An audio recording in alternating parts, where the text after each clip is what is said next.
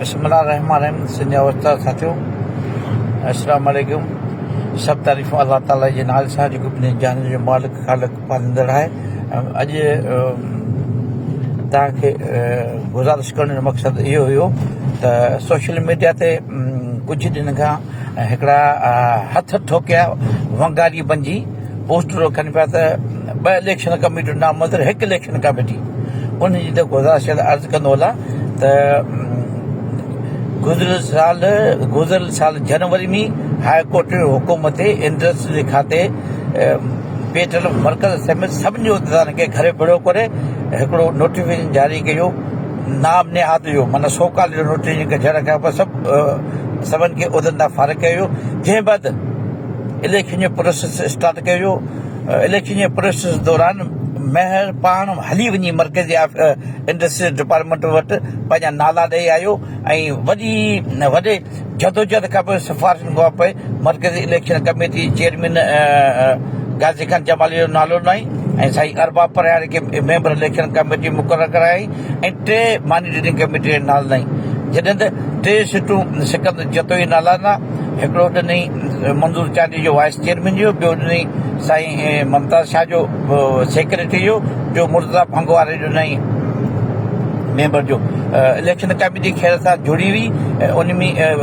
Mayor साहिबु ख़ुदि उते ख़ाली गुलाम रसूल मेयर जो नाले सां सही कई जिते हुनखे हमेशह अॼु ॾींहं ताईं जेको बि लेटर निकिरंदो उहो सोकाल जे नाले सां निकिरंदो आहे। पोइ बि हिननि पंहिंजी कमाई जो ज़रियो बनाइण जे लाइ ऐं सिंधी उस्तादनि खे वधीक विकण जे लाइ, सिंधी उस्तादनि खे तबाह करण जे लाइ, रहियल कसर ख़तमु करण जे लाइ पूरियूं तहरीकूं हलायूं जिते करोड़नि रुपया चंदो वरितो वियो। पेट्रोल जे अकाउंट में पियल करोड़नि रुपया अरबे रुपया चंदो हे रिटायर खग माफ़िया गॾिजी चवंदा तूं खग छो थो चवीं। अल्लाह अकबर अल्लाह अकबर। जेको पंहिंजी माउ जी इमानत में ख़यानत करे, जेका पंहिंजी माउ पेटल उनजे हक़ जी हिफ़ाज़त न करे सघे ऐं उनखे अॼु ॾींहं ताईं ज़रियो बनाए उतां जी विकिरो कयो वञे, उतां जी ख़रीद फ़रोख़्त कई वञे, उतां जे नाले ते चंदा वरिता वञनि। छा उहे चङा मुड़सनि? सिंध अंदरि काफ़ी सारा रिटायर आहिनि। साईं सलीम मलकानी जो मर्कज़ जनरल सेक्रेटरी रहियो। काफ़ी उस्तादनि खे नाले ई ख़बर न हूंदी पर हुन कॾहिं बि इहो अहिड़ा अमल न कयो। रिटायर थियण खां पोइ घर वेही रहियो। बाक़ी कुझु जेके खग आहिनि, जेके जिन तंज़ीम खे सिंध प्राइम मिनिस्टर खे गुज़िरियल 5 साल में जेको तबाही बर्बाद कयो आहे, ख़ुदा जो कसम उन जी नज़र मिले ई कंदी। इहे त वाजिबुल क़त्ल आहिनि। ऐं त हिनखे खग थो चवां, इहे त वाजिबुल क़त्ल आहिनि। इहे हाणे छता थी पिया आहिनि। इहे चवंदा जीअं हाजी शफ़ी जो कीअं पीरियड ख़तमु करियूं। उन लाइ हिननि हिकिड़ी ड्रामेबाज़ी कई। ख़ैर मर्कज़ी इलेक्शन कमेटी जा नाला महरबना जतो साहिब बना उन मर्कज़ी ऑफिस में हलो बि कयो। इलेक्शन जो प्रोसेस शुरू थी वियो ऐं जॾहिं हिनखे पूरी स्थिति में ख़बर पई आहे असीं भला इलेक्शन हराए वेंदासीं लिया, पोइ हिननि यकदमि यू टर्न वरितो त हाणे छा कजे। पोइ छो त खग जी वजह ख़तमु थी वई। जॾहिं इंडस्ट्रियल डिपार्टमेंट इलेक्शन कमेटी ॿई हिसनि में जोड़े छॾी ऐं मूं विच में बग़ावत कई त उहा को बि जुर्गो क़बूल न आहे। जुर्गाई इलेक्शन कमेटी क़बूल न हूंदी। उन खां पोइ हे सभु मरी निस्त नाबूद थी विया ऐं पोइ हुनखे जेके रिटायर खग माफ़िया ऐं उन जेके साथर जी हाणे छा कजे, आख़िर छा कजे। पोइ हुनखे ख़बर पए हाजी शफ़ी जो मई पीरियड ख़तमु थींदो ऐं उन खां पोइ सिकंदर जिते हिकिड़ो रहंदो उनखे घुमाए वठंदासीं। पोइ हिननि छा कयो, हींअर कूड़ी हिकिड़ी मर्कज़ी इलेक्शन कमेटी वर्किंग कमेटी जो सिंध में इजलास छॾाए कूड़ी मर्कज़ी इलेक्शन कमेटी जोड़ी ऐं सिंध में इहो तासिर ॾियूं त बाबा ॿाहिरि इलेक्शन कमेटी न हिकिड़ी इलेक्शन कमेटी इलेक्शन करायो ऐं इहो वावाला मां चवंदुसि सिंधी उस्ताद खे चवंदुसि भाई त ही असांखे न खपनि। माना उन में कुझु हिनखे कामयाबी मिली आहे पर ख़ुदा कंदो इनखे नाकामी इन जो मुक़दर बणिजी हुई। मूंखे उहिदे जी ज़रूरत न आहे, न उहिदे ते मुंहिंजो को रोज़गारु आहे। मूं पंहिंजी तंज़ीम सां वफ़ा कई आहे, मूं सिंधी उस्ताद सां वफ़ा कई आहे। मूंखे कंहिंजे सर्टिफिकेट वठण जी ज़रूरत न आहे। 1993 खां वठी करे अॼु ताईं मुंहिंजो प्राइम मिनिस्टर उस्ताद महबूबो रहियो आहे। मूं हड़ा वड़ा ख़र्च करे पंहिंजी बचे जी रोज़ी मां सिंध उस्ताद खे सोनो स्किल ॾियारियो बग़ैर शर्त जे 22,000 उस्ताद रेगुलर कराए ऐं इंशाल्लाह रब्बुल आलमीन जी मदद सां हिकु हाणे अहिड़ियूं मुरादूं मिलंदियूं जंहिंजो तस्वुर बि नथो कयो वञे सर्विस स्ट्रक्चर तहत उहो प्रोसेस अंडर प्रोसेस आहे पोइ हिननि हे सभु गॾिजी चाहिनि था त मयामी हाजी पीरियड ख़तमु थींदो तेसि ताईं कूड़ियूं हथराजी मर्कज़ इलेक्शन कमेटी ठाहे सोशल मीडिया ते पोस्टूं वठा रखायूं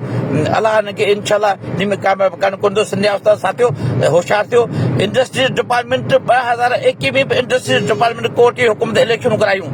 मेयर जो ख़ुदि जो नोटिफिकेशन आहे जंहिं ते 5 साल जेको ही वेही रहियो 3 सालनि जे बजाए ज़ालिम 5 सालनि ताईं वेही रही आहे उन अरसे दौरान हिननि उस्ताद ने त कमु कोन कया उस्ताद तबाह थी विया पर हिननि मुंहिंजी ज़ाती ख़ुदि सिकंदर जोतोई समेत मुंहिंजे ज़िले सदरनि डिवीज़न सदन जूं मेंबरशिप उन्हनि ख़तमु कयूं त जीअं आईंदे असांखे इलेक्शन में केरु न बीह सघे पर अलाह पाक जी ज़ात ॾाढी आहे न हाई कोर्ट हुकुम कयो हिननि खे हटायो अलाह पाक जी ज़ात ॾाढी आहे अलाह पाक जेको चाहे तो रब पाकी कंदो आहे माण्हू चाहे तो कुझु नथो करे सघे हिनखे इहा वहम गुमान में कोन हो हिनखे हटायो हाई कोर्ट हटाए घर भेड़ो करे छॾियो हाणे चरिया थी वियल आहिनि हे चाहिनि था त कहिड़े तरीक़े सां ग्रुप बंदी करे ग्रुप बंदी जो तास ॾेई का बि ग्रुप बंदी कान्हे 5 साल में का बंदी कान हुई हिननि कुझु कमु कोन कयो उन जो सॼो हिनखे इहो मिलियो आहे हींअर त सिंध में सोशल मीडिया ते जेको तव्हां पढ़ंदा हूंदो त हिन नाम नियादनि जे ख़िलाफ़ छा माण्हू था लिखनि कुझु चंद माण्हू हिननि वठा छॾिया आहिनि जेके मुंहिंजी किरदार कुझु कूड़ी किरदार कुझु कनि था ऐं जिन खे मूं ख़ुदि बि नवाज़ियो जिन खे मूं इलेक्शनूं खटायूं उनखे हिननि ख़रीद करे मुंहिंजे ख़िलाफ़ इस्तेमालु था कराइनि ख़ैर मूंखे हिन शइ जी का परवाह न आहे इज़त ऐं इज़त मुंहिंजे रब जे हथ में आहे ऐं सिंध उस्ताद खे गुज़ारिश थो करियां त जॾहिं इंडस्ट्री डिपार्टमेंट इलेक्शन कराई त सही हुई जॾहिं इंडस्ट्री डिपार्टमेंट हिनखे नोटिफिकेशन त सही आहे जॾहिं इंडस्ट्री डिपार्टमेंट हिन साल मेयर खे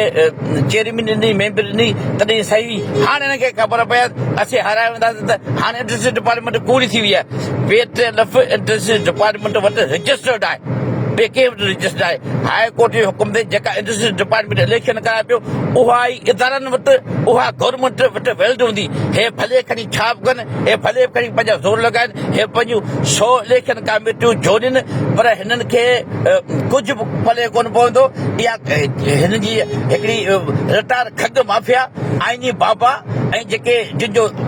ज़रिए माश उहिदो आहे उन जी ख़्वाहिश आहे त असां हमेशह उहिदनि ते वेठा हुजूं इहा हिन जी ख़्वाहिश पूरी कोन थींदी हिनखे केरु बि कोन मञींदो हिनखे केरु पटियालो कोन मञींदो हिनजे चूंडियल पार्टियुनि खे उन जे करे संजय उस्ताद खे अपील थो करियां अहिड़ी के बि साज़िश जो होदारा अहिड़ी के बि साज़िश जो हिसो न रहो इंडस्ट्री डिपार्टमेंट पारां जेको मर्कज़ी इलेक्शन कमेटी चूंडी हुई आहे हे पाण छॾे भॼी विया आहिनि हिनखे कंहिं कढियो न आहे इन जे करे हिन पंहिंजी हार थी आहे इन जे करे आउं संजय उस्ताद खे गुज़ारिश थो करियां वधि खां वधि